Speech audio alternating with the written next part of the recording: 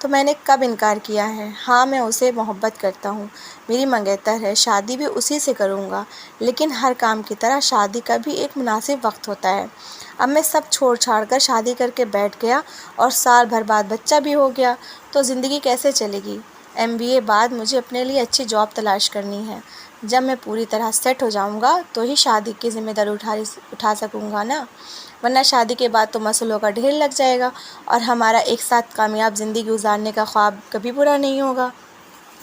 اس نے لمبا چوڑا لیکچر دے دیا اور یقیناً اس کی سوچ بھی غلط نہیں تھی، لیکن مینا کے مسئلے تو تھے اور میں اس کی وکالت کے لیے آیا تھا، سو میں اس سے سمجھانے لگا، یار جمی، تم مینا کے بارے میں اس ٹھنڈے دل سے سوچو، اس کا تمہارے سوا کوئی اس دنیا میں کون ہے جو اس کے مسئلے حل کر سکے، اور ظاہر ہے اپنے مسئلوں کا حل تم سے ہی چاہے گی۔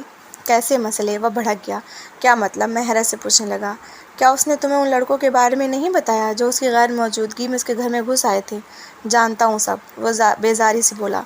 ڈرامے ہیں سب، سالی ڈرامہ کرنے میں ماہر ہے۔ میں جانتا تھا، وہ دونوں آزادانہ ایک دوسرے کو گالیاں دیتے ہیں، لڑائی جھگڑا بھی کرتے ہیں، اسی تیزی سے مان بھی جاتے ہیں۔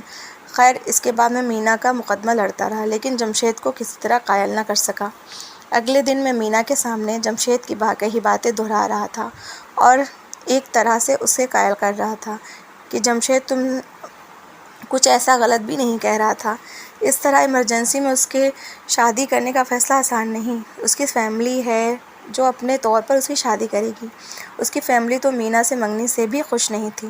ان کے خیال میں مینا کی ذات کا پتہ نہ تھا، نہ خاندان کا۔ ایک بوڑھی خالہ تھی جس نے اسے پالا تھا اور جسے 2 کمرے کے فلیٹ میں دونوں رہتی تھیں۔ مرنے سے پہلے وہ مکان خالہ نے مینا کے نام کر دیا تھا اور اب خالہ کے مرنے کے بعد وہ اکیلی اس مکان میں رہتی تھی۔ ہم تینوں اسکول کے زمانے کے دوست تھے۔ مینا اور جمی دونوں تو جانے کب سے اس جذبے کے قیدی ہو گئے تھے جسے محبت کہتے ہیں۔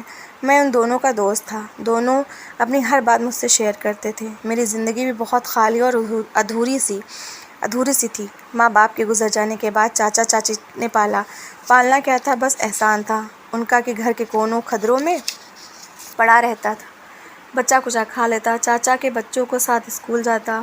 پڑھنے کا بہت شوق تھا، پڑھنے میں بھی تیز تھا، سو ابھی اسکول میں ہی تھا کہ چھوٹے بچوں کو ٹیوشن پڑھانے لگا اور اپنی پڑھائی کا خرچ پورا کرنے لگا۔ چاچا چاچی بس کھانا دینے اور سونے کی جگہ دینے کے ذمہ دار تھے، باقی ساری پڑھائی میں نے اپنی کمائی پر کی۔ پڑھنے کا شوق تھا سو کبھی کسی مشکل کو خاطر میں نہیں لایا۔ کلاس میں سب سے زیادہ مارکس ملتے، اچھے نمبروں سے ہی MBA کر لیا۔ پڑھائی کے ساتھ چھوٹی موٹی جابس بھی کی، ٹیوشن کی۔ اب پڑھائی ختم ہو چکی تھی، جاب تلاش کر رہا تھا۔ دوستوں میں صرف جمشید اور مینا تھے، وہ دونوں میری بھاگ دوڑ اور محنت کو قدر کی نگاہ سے دیکھتے تھے۔ چاچا کی اپنی اولاد جوان ہو چکی تھی، وہ اپنے بڑے بیٹے کی شادی کرنا چاہتے تھے جو میٹرک کر کے کسی اچھے ورکشاپ میں کام کر رہا تھا اور اچھا کما رہا تھا، لیکن گھر میں جگہ نہیں تھی۔ وہ باتوں باتوں میں مجھ سے کہہ چکے تھے کہ تم اپنا انتظام کہیں اور کر لو تاکہ ہم اپنے بیٹے کا گھر بسا سکیں۔